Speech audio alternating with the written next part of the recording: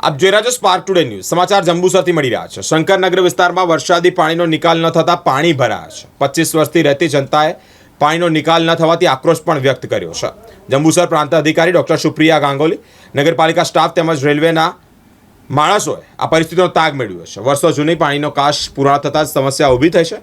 રેલવેની કામગીરી ચાલુ થતાં જ વરસાદી કાશ પૂરાયા છે। પાછલા કેટલાક દિવસથી વિસ્તારમાં પાણી ભરાયા છે। પાણી દુર્ગંધ મારતું હોય ત્યારે રોગચાળો ફાટી નીકળે તેવી દહેશત પણ છે।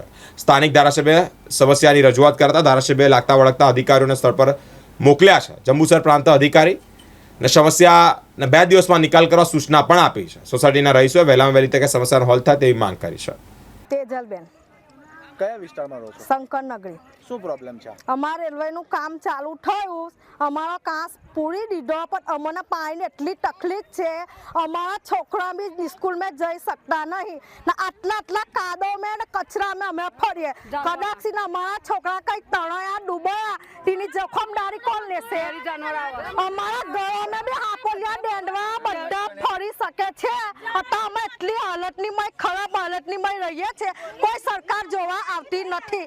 તેનું કઈ નિર્ણય કોણ કરે છે? પરસોત્તમભાઈ, શું સમસ્યા છે? અહીંયા રેલવેવાળાએ માટી ભરી દીધી છે। જે 25 વર્ષથી પાણી જતું હતું એ રસ્તો બંધ કરી દીધો છે। અત્યારે કોઈ પાણીનો રસ્તો છે નહીં ને બધી નગરી અડધીથી વધારે નગરી પાણીમાં છે। અત્યારે ખાવાની તકલીફ બનાવવા, ઘરની અંદર ખાવાની બનાવવાની પણ તકલીફ છે। કાલે ઉઠીને કોઈ છોકરા અંદર પડી જાય તો પટી જ જાય સાહેબ, કોઈ બચવાનો કોઈ ચાન્સ જ નથી। સરકારને શું કહેવા માંગો? સરકાર તો હવે આજે ડીકે સ્વામી સાહેબ ત્યાં જઈને આવ્યા છે, અમે એમને બધા મોકલ્યા છે માણસો, પણ આજે રસ્તો કોઈ થતો નથી। હજુ 2 દિવસનો ટાઈમ આપીને ગયા છે મેડમ આવ્યા હતા। રેવાબેન, કયા વિસ્તારમાં રહો છો? શંકરનગરી। શું પ્રોબ્લેમ છે? અમારે પાણીની બહુ તકલીફ છે સાહેબ। જો પછી રાતે ઝેરી જાનવર આવે, અમારા છોકરા અમારા નીચે, અમે ગરીબ માણસ કઈ બધું લાઈને અમે પૂરું કરીએ। આનું પાણી ભરાઈ ગયું? વરસાદનું પાણી, નિકાલ નથી પાણીનો? પાણીનો કોઈ જગ્યાએ નિકાલ છે નહીં અમારો। કામ ચાલુ ને પાણી બંધ થઈ ગયું। આ રેલવેની જમીન છે, અહીંથી એ કાચ ખોદી શકે છે, કોઈ એને રોકી ન શકે। પહેલી વસ્તુ।